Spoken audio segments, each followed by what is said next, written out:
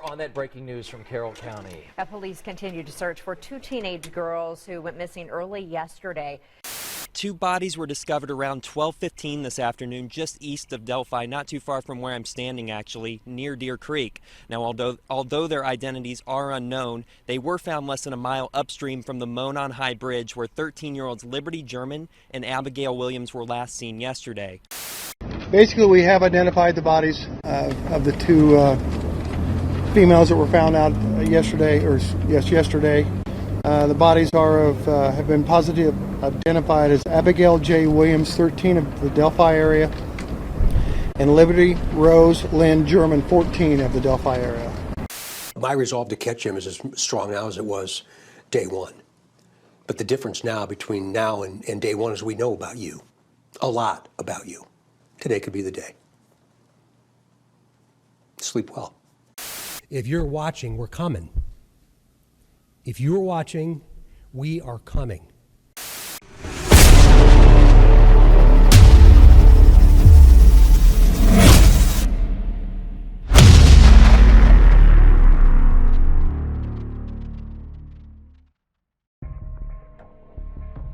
"13, 14. Two ages in which no one should ever be buried at. In 2017, two young girls with the world at their feet were inexplicably taken from this world. And the worst part is their killer evaded police for what seemed like the longest time. What's even crazier still is that these two brave young girls actually may have done everything they could have to lead authorities to their would-be murderer mere moments before he did it. In today's age, it's hard to believe, with surveillance at an all-time high globally, the technology in our pockets as powerful as ever before, the internet making it so easy to spread things like wildfire, that a monster who killed two young girls in broad daylight in the Delphi Historic Trails in Delphi, Indiana, managed to go unapprehended for as long as he did. This is the story of Abigail Williams and Liberty German, the Delphi murders.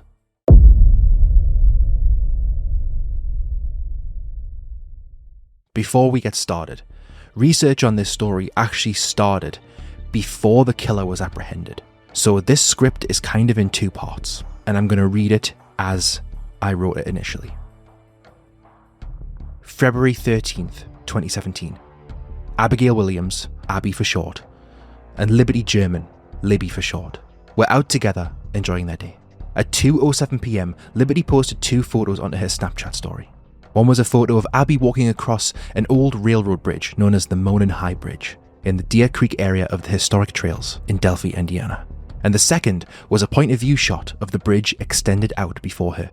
This would be the last time anyone would ever hear from the girls again. In the late afternoon, the local sheriff, Tobe Lazenby, said that crews of police and firefighters had begun searching for the girls while attempting to ping their phones to try to get an exact location on them. Unfortunately, the phones were either dead or had been turned off. The search was called off around midnight and resumed the next morning on February 14th. Civilian volunteers joined the police and firefighters in the search. Then at 1:50 PM, almost 24 hours since the last time anyone had heard from Abby or Libby, a press conference was called. We have found two bodies. Is that the Sugar Creek? Deer Creek. Deer Creek, sorry. In Deer Creek, about a mile east of town. We are investigating this as a crime scene. We suspect foul play. We have not made positive identification of the two bodies, so we're not going to be releasing any information on them at this point in time. Another 24 hours would go by, and another press conference was called. Basically, we have identified the bodies of the two females that were found out yesterday. The bodies have been positively identified as Abigail J. Williams, 13, of the Delphi area, and Liberty Rose Lynn German, 14, of the Delphi area. The two girls were reported missing on Monday, February 13th. The bodies were discovered about 12:15 on the 14th in the woods just east of town here by volunteers that helped in the search of the children after they were reported missing to the Carroll County Sheriff's Department. A few hours later, the state police released a low-resolution image of a man that they believed to have been on the historic trails at the same time as Abby and Libby. The Indiana State Police, the ISP, wanted to speak with anyone who had been in the area at the time, and this pixelated man most of all. Hundreds of tips began pouring in, with extra law enforcement having to be called in to assist with the sheer volume of calls being made, with any information that could lead to an arrest. Sadly though, an arrest wasn't made. On the evening of February 18th, thousands of people said goodbye to the girls at Delphi High School, with a very touching lantern release in their memories. The next day, the ISP made it known that the man in the photo was a suspect and no longer simply a person of interest. But this photo, where had it come from? To anyone who looks at the photo and takes in the context of the man's surroundings, it becomes glaringly apparent that the photo had been taken by one of the girls. Then, in a very chilling turn of events, the police released the audio of a video that had been taken by Libby. Even in the terrifying situation that they were in, they still had the composure and wherewithal to expose this person. Here's the clip and ask yourself, what is this man seeing? Downhill. Downhill. Downhill. Downhill. Down the hill. In a horrific piece of audio, it sounds like he is directing Abby and Libby towards their deaths. The day after, the FBI took over the Delphi murder tip line. The FBI's major case center would be who was answering all given tips.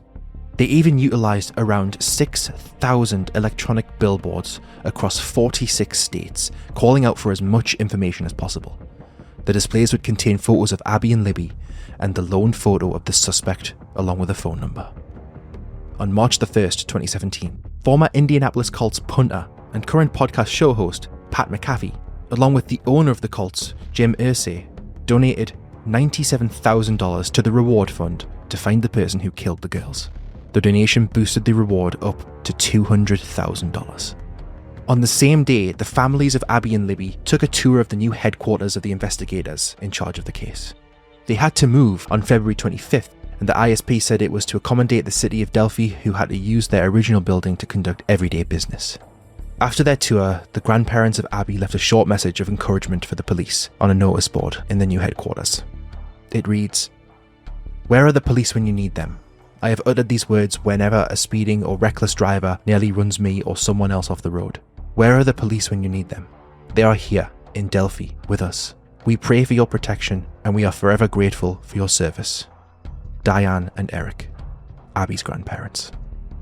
Just over 5 months after Abby and Libby were originally reported missing, investigators with the ISP released a composite sketch on July 17th. This is the sketch of the man that they believe to have been involved in the murders of the girls.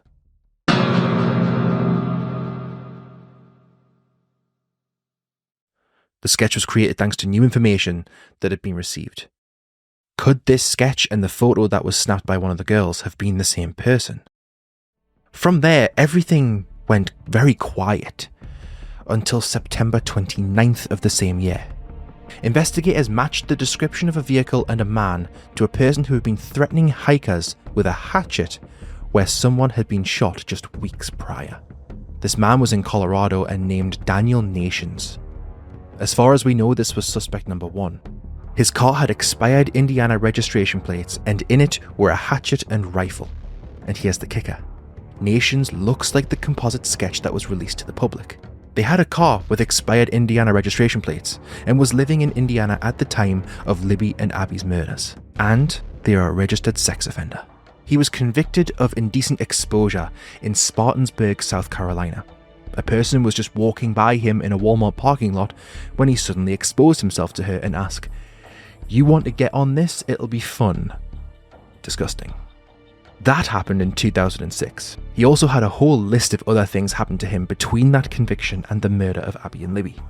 He got married, had 2 kids, ended up homeless, was continuously charged for driving without a license or being in possession of cannabis, and for not registering as a sex offender.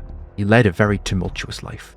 And he looked really good for the crimes until February 14th, 2019. 2 years to the date of the death of the girls. It's the first thing that my simple brain thinks of in the morning, and it's the last thing I think of at night, and I know I represent everybody else that's dressed like me today. If you're watching, we're coming. If you're watching, We are coming. If you're watching, we're coming for you. Directly to the suspect. Around 2 months and 1 week later, on April 22nd, 2019, the police released an updated sketch that looked nothing like Daniel Nation's.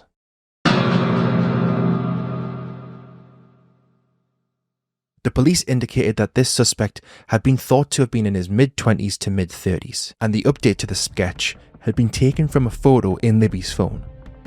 Police also released a video and an updated audio recording of the suspect, again taken from Libby's phone. Remember the photo that had been taken of the suspect on the day the girls met their tragic end?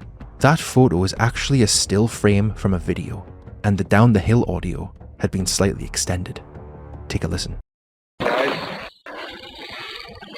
Down the hill. Guys. Down the hill. Guys. Down the hill. Guys, down the hill. Something major to note in this investigation is that the FBI and police had managed to keep everything as close to their chests as possible. Nothing had got out and nothing leaked that could have hindered their investigation in any way. That was until June of 2022. A podcast named The Murder Sheet got a hold of a court document that was issued on the 17th of March 2017, a mere month after the deaths of Abby and Libby. And this document makes for some very interesting reading, and here are some major points from the document. On February 14th, 2017, at approximately 12:17 p.m, victims LG and AW were found dead with wounds caused by a redacted weapon on the property owned by Ronald Logan. A large amount of blood was lost by the victims at the crime scene. Because of the nature of the victims' wounds, it is nearly certain the perpetrator of the crime would have gotten blood on his person/clothing. The location of the crime scene is approximately 1,400 feet from Logan's residence. Logan is a 77-year-old male. Logan's physical build is consistent with that of the male suspect videoed by LG on the Monon High Bridge Trail. Logan owns farmland and cares for large farm animals. Logan appears to be in good physical condition. Logan has been interviewed several times. His voice is not inconsistent with that of the person in the video. Those are points 4 and 5 of this document. But first off, who the hell is Ronald Logan? And I have to say hats off to the investigators, because this case may be one of the most watertight in history, which is exactly what you want in a case where the perpetrator needs to go away for a long, long time. It's also very interesting that they have censored what kind of weapon was used, and that they had to use a double negative in reference to his voice in comparison to the recording of Libby's phone, stating that the voice was not inconsistent with the person in the recording is the same as, it sounds like it could be him, but they're not entirely sure. Then you get to point 6 of the document, and we learn something about this case that is truly chilling, even more than finding out that there was a lot of blood loss. It was also discovered that the redacted of one of the victims was missing from the crime scene, while the rest of their clothing was recovered. It also appeared the girls' bodies were moved and staged. Based upon my training and experience, it is common for perpetrators of this type of crime to take a souvenir or, in some fashion, memorialize the crime scene, whether by photos or electronic or digital methods that are then downloaded onto computers, storage devices, tablets, phones, iPad devices, or other electronic devices that store digital data for later viewing, scanning, or copying. Are you serious? So, from the context of the rest of the first sentence, it isn't too far outside the realm of possibility that the redacted part of point 6 is another item of clothing. However, it is possible that it could be something even darker, like a body part.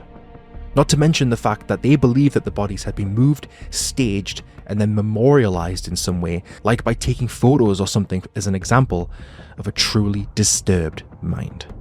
There's even a point in the document where it says that Logan even tried to have someone help him establish an alibi for the days that the girls were murdered on February 13th.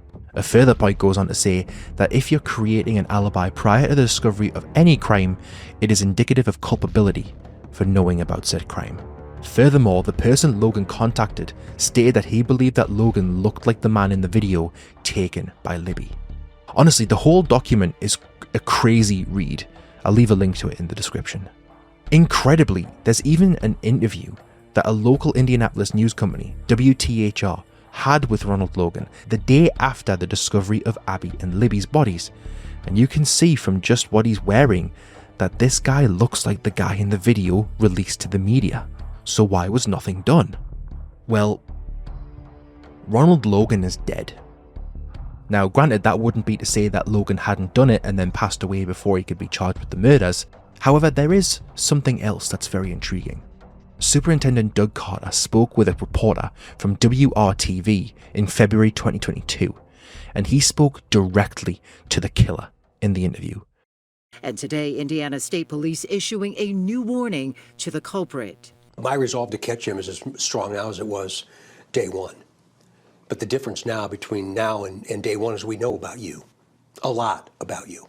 Today could be the day. Sleep well.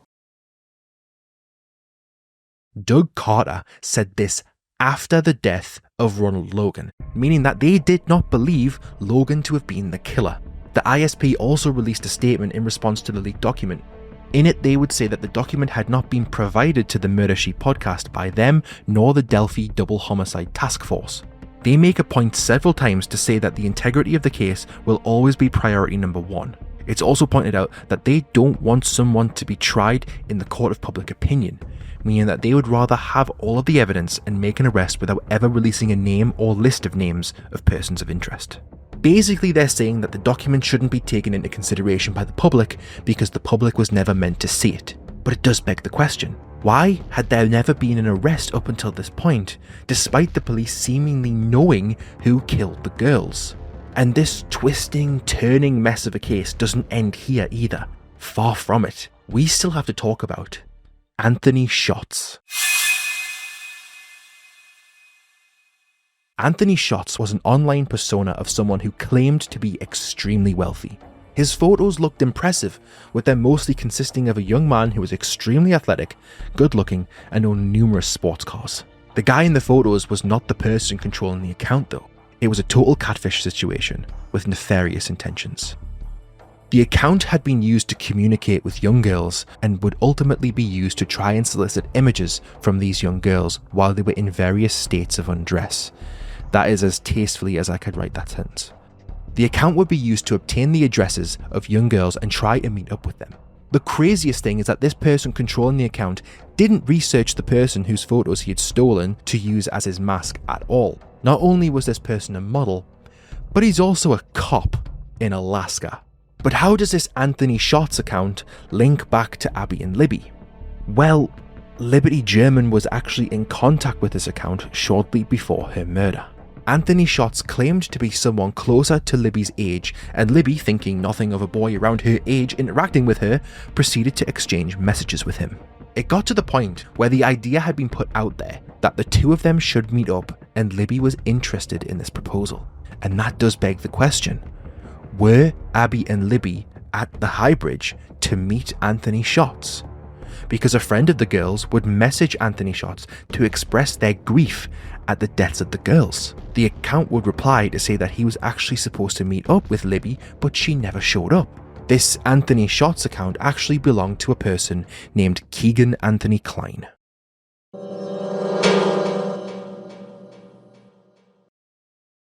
It turns out that the account that Klein had set up in order to groom young girls was the last person to ever receive contact with Liberty German. The accounts across Snapchat, Instagram, and possibly more were active between 2016 and 2017. In 2020, Klein was in jail on multiple charges of alleged child solicitation and other related crimes. Klein has even stated in an interview that he's guilty of the crimes that he's been arrested for, but that he had nothing to do with the murders of Abby and Libby. Law enforcement has never really focused on Klein publicly though, instead asking for information purely on the Anthony Shots account itself. It's possible that the account had been used across multiple devices and therefore possible to be accessed by multiple people. Sadly, it would appear that none of the Daniel Nations, Ronald Logans, or Keegan Anthony Kleins of the world were the murderers. The fact that ISP Superintendent Doug Carter seems to know exactly who the killer is pretty crazy, and the fact that he said that back in February of 2022, and yet there had been no arrest up until that point. I initially ended this script with "Rest in peace, Abby and Libby," You brave, brave souls. And that was going to be the end of the script. There were no signs of finding out the identity of this mysterious killer. There was a small inkling that the police had a direction in which to move, but nothing more.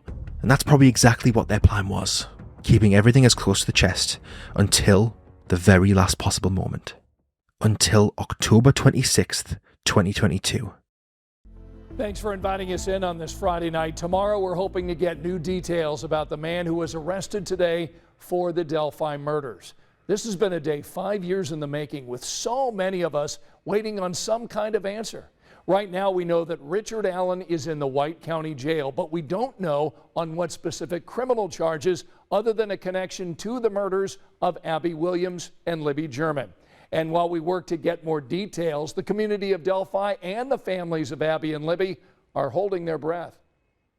A suspect was taken into custody on October 31st, 2022, Halloween. There are many dates in a lifetime that you're going to remember. The date your children are born, the date you're married, the date you buy a first house, the date Abby and Libby went missing. One of those dates was last Friday, October 28, 2022.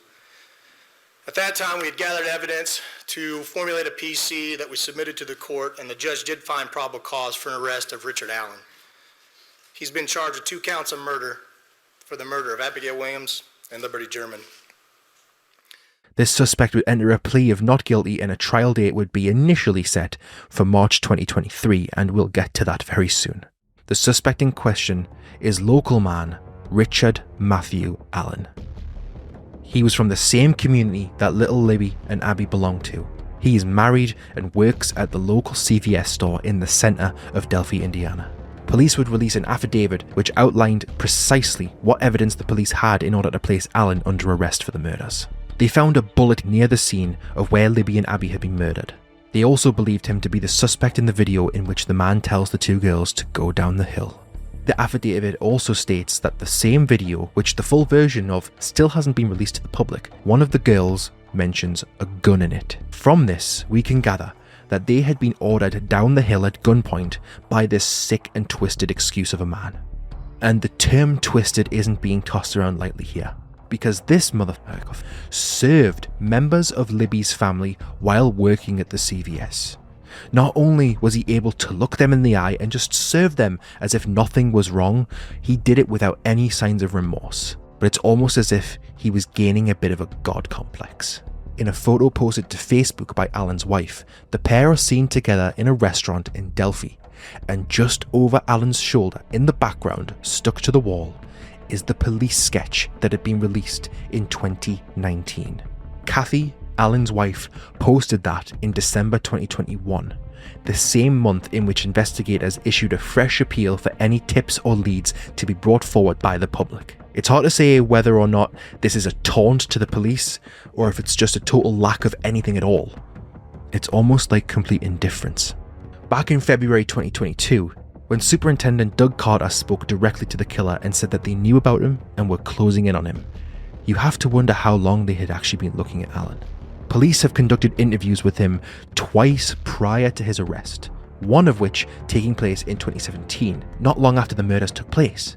In that 2017 interview, he actually confirmed to police that he had been on the Monon High Bridge Trail on the same day that the girls went missing, but denied any involvement in their murders, stating that he hadn't seen either of them on that day. 13 days before his arrest, Allen would be interviewed again, where he had no explanations as to how an unspent bullet from his gun would end up between the bodies of Abby and Libby. He claimed to have never been on the property in which they had been found, did not even know the property owner, or how a round that had gone through his own gun could have ended up there. Allen would go on to attempt to have the trial for this case moved to a different jurisdiction. The reason for this being because all the potential jurors in Delphi would already have prior knowledge to the case and could already be influenced either way based on that. This request was denied. And even more horrifyingly, at Allen's November 22nd bail hearing, prosecutors would request the judge to keep affidavits in the case sealed. Why? Because they don't believe Allen acted alone. And this was where this script was secondarily going to end, but since writing all the rest of that, even more has come out. So obviously, while awaiting trial, Alan was in jail, but his defense team would argue that he was enduring prisoner of war-like conditions, and as such should be allowed to be moved from Westville Correctional Facility to Cass County Jail, moving him closer to his attorneys in the process. It would then come out that Alan actually confessed to the killing of Abby and Libby, but the defense claimed that this confession couldn't be trusted as it was the result of Alan's deteriorating mental health. On the 28th of June 2023, the court would release a whole host of documentation concerning this case. 118 documents were unsealed, with a further 18 remaining sealed. Within these documents, there are references to no less than 4 occasions that Alan confessed to the murder in phone calls with his wife and his mother. When he admitted to this in a phone call with his wife Kathy, she ended the call abruptly. I'll leave a link down below for anybody who wants to look at the documents, which have all been combined into one single 284-page PDF. But some of it is harrowing, to say the least, especially a portion of page 172, which reads as follows. Autopsies of the girls ruled their deaths as homicides, and their wounds were caused by a sharp object. Investigators located Liberty German's iPhone 6s under her body at the scene and were able to recover a video, approximately 43 seconds in length, captured at 2:13 p.m. on Friday the 13th, 2017. The video depicts Abigail walking on the Monon High Bridge toward Liberty while a male subject wearing a dark jacket and jeans walks behind her. Near the end of the video, the man is heard in the video telling the girls, "Down the hill." Through further investigation of the location of the bodies, investigators also located a .40 caliber unspent round. They also determined that articles of clothing from the girls were missing from the scene, including a pair of underwear and a sock. While we're supposed to be living in an innocent until proven guilty society, prison guards are referring to Alan as Kid Killer as of now. I can't wholeheartedly say that I wouldn't do the same, to be perfectly frank. Oh, and remember when he wanted to be transferred to Cass County Jail? Yeah, the judge would order that Alan would have to spend his time behind bars until his trial at his original correctional facility of Westville, until his official trial kicks off in what was supposed to be January of 2024. It would then transpire in September 2023 that the defense team wanted basically all of the evidence that had been found as a result of the search of Alan's home to be thrown out. Even more bizarrely, Alan himself would request that TV cameras be allowed in the court for his trial. And at this point, I just don't know what to think anymore. And then only a couple of days after that, the defense team would make a truly incredible claim and say that Alan had had nothing to do with the murders and that the deaths of the 2 girls were actually attributed to a ritualistic killing perpetrated by a white supremacy group. I constantly say sentences on this channel that are the weirdest sentences I've ever said. But you heard that correctly. They are attributing this to a pagan Norse religious group known as Odinism that had been co-opted by white nationalists and that they were killed as a sacrifice to what I have no clue. This entire case is sending me and everybody who knows about it through a loop, and I can only imagine what Liberty and Abigail's families are going through as a result. The prosecution would come out and say that this was a fanciful defense and that it would be dismissed by them. They also don't want the trial to be broadcast because it would only result in a circus as a result, which is finally something sane that's coming out of this whole mess. And one of the last things I saw come out of this is that the defense is doubling down on the ritual killing theory and accused the prosecution side of lying about pagan symbols that were found on a tree near to the murder site. And the so-called symbols are, well, they're on the screen now. I'll let you make your own assumptions. In slightly more heartwarming news, the sister of Liberty German, Kelsey, would announce via social media that she was pregnant with a girl and that her daughter would be named partly after Libby. While heartwarming, it's also heartbreaking that Kelsey even has to make this mark of a tribute. And if anyone cares, the original suspect, Anthony Shots, Keegan Klein, he was actually sentenced to 40 years in prison for the solicitation of illicit images of girls between the ages of 12 and 18. And the very last thing I saw on this case in terms of news that's been reported was that the judge for the trial is apparently throwing out the ritualistic killing defense, so that's not going to be allowed to be posed as a theory. and the defense also filed an appeal to try and get this whole thing thrown out again, but that was thrown out, and as of now, the trial is set to take place on October 14th, 2024, and maybe, just maybe, this trial will get underway, we'll get the answers we need, and finally this whole thing can be put to rest. Once the trial has been concluded, I'll make an update to this video, but that's even if it goes ahead, because this trial has been delayed so much up until this point. It's been almost a year since he was originally apprehended, so whether or not this actually goes ahead on the 14th of October still remains to be seen. And obviously the only thing I want to see from this is justice for two girls who were senselessly and viciously murdered. Regardless of what happens, justice needs to prevail. But until then, we have to wait. Thank you very much for watching. This has been Comfort in Death and Darkness. See you in the next one.